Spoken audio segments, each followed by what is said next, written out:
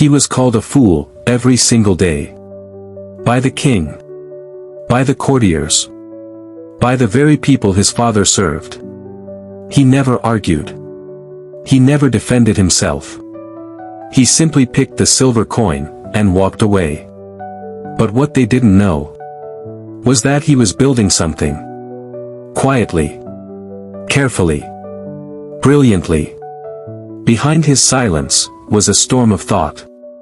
Behind the smirk was a system. Behind the so-called fool was a genius. This is his story. The tale of a boy who outwitted an entire kingdom, not by shouting, not by fighting, but by seeing what others ignored. And if you've ever been underestimated, you're about to discover how dangerous silence can truly be. In a land where wisdom was currency, the royal court buzzed with voices. Ministers debated, scholars theorized, generals plotted. But one man's voice always echoed louder than the rest, the king's chief minister. He was known across kingdoms as a master strategist, and beside him stood his son. Or rather, behind him. The boy spoke little. He watched everything.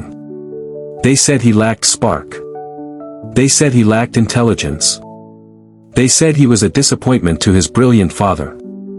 Every morning, the king came to the marketplace to mingle with the people, a symbol of humility, though always performed with flair.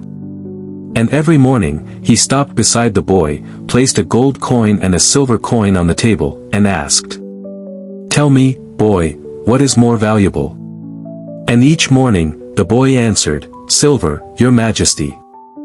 The king would roar with laughter, pocket the gold, and hand the silver to the boy. The courtiers clapped. The crowd chuckled. And the boy walked away with his coin. The minister, though proud of his status, felt a sting every time this happened. One evening, humiliated beyond silence, he confronted his son.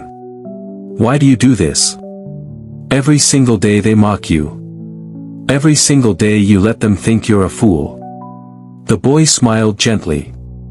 He walked to his room and returned with a small iron box. He opened it. Inside, rows and rows of shining silver coins. "Father," he said, "if I ever tell the king that gold is more valuable, he will stop asking the question. I prefer being called a fool, if it means I get richer every day." The minister stood frozen. And for the first time, he saw his son clearly. The mockery did not stop. If anything, it grew louder. But the boy never flinched. While others flaunted robes, he wore simplicity.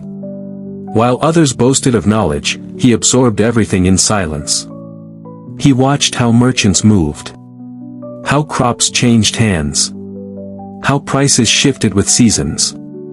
He used his silver not for luxuries, but for leverage. He invested in sacks of grain when no one paid attention to the monsoons.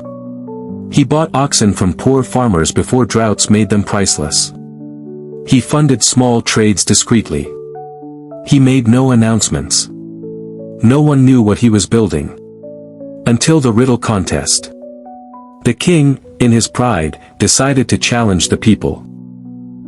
To the one who solves this riddle, he declared, a reward of gold and favor. The court laughed, certain they would win. But a parchment arrived, unsigned, with the solution. It was perfect. Elegant. They called the mystery solver forward. And there he stood, the fool. The court went still. The king looked at him. And said, "You solved this?" The boy bowed. "I did." No pride. No smugness. Just clarity. The room was silent for the first time. Wisdom speaks in whispers.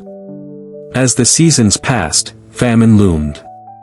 The rivers dried, the soil cracked, and the kingdom began to tremble. Panic spread. But the boy remained calm.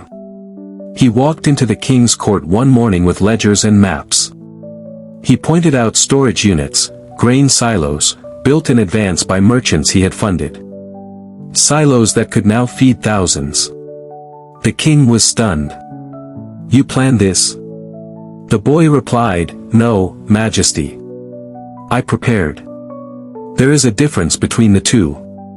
While others watched festivals and war games, he watched the clouds, the soil, the silent signs of change.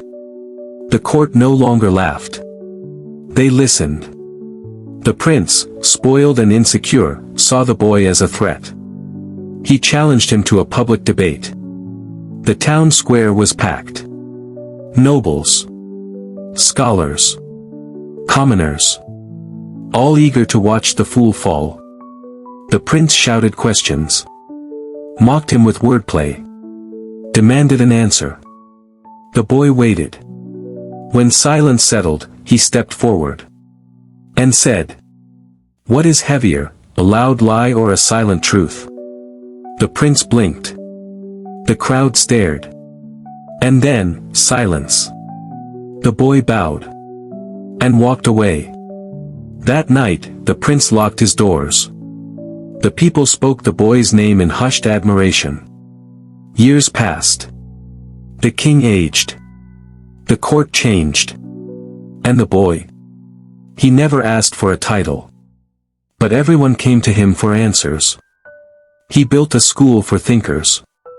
He taught students to speak only when needed, to listen more than they spoke, to value silence as strategy. Each morning, he still picked up the silver coin. Out of habit. Out of memory. Out of humility. But now, he owned the mint. The king once told him, "You taught me patience, restraint, and legacy. All in silence." In the market, a new boy reached for the silver coin.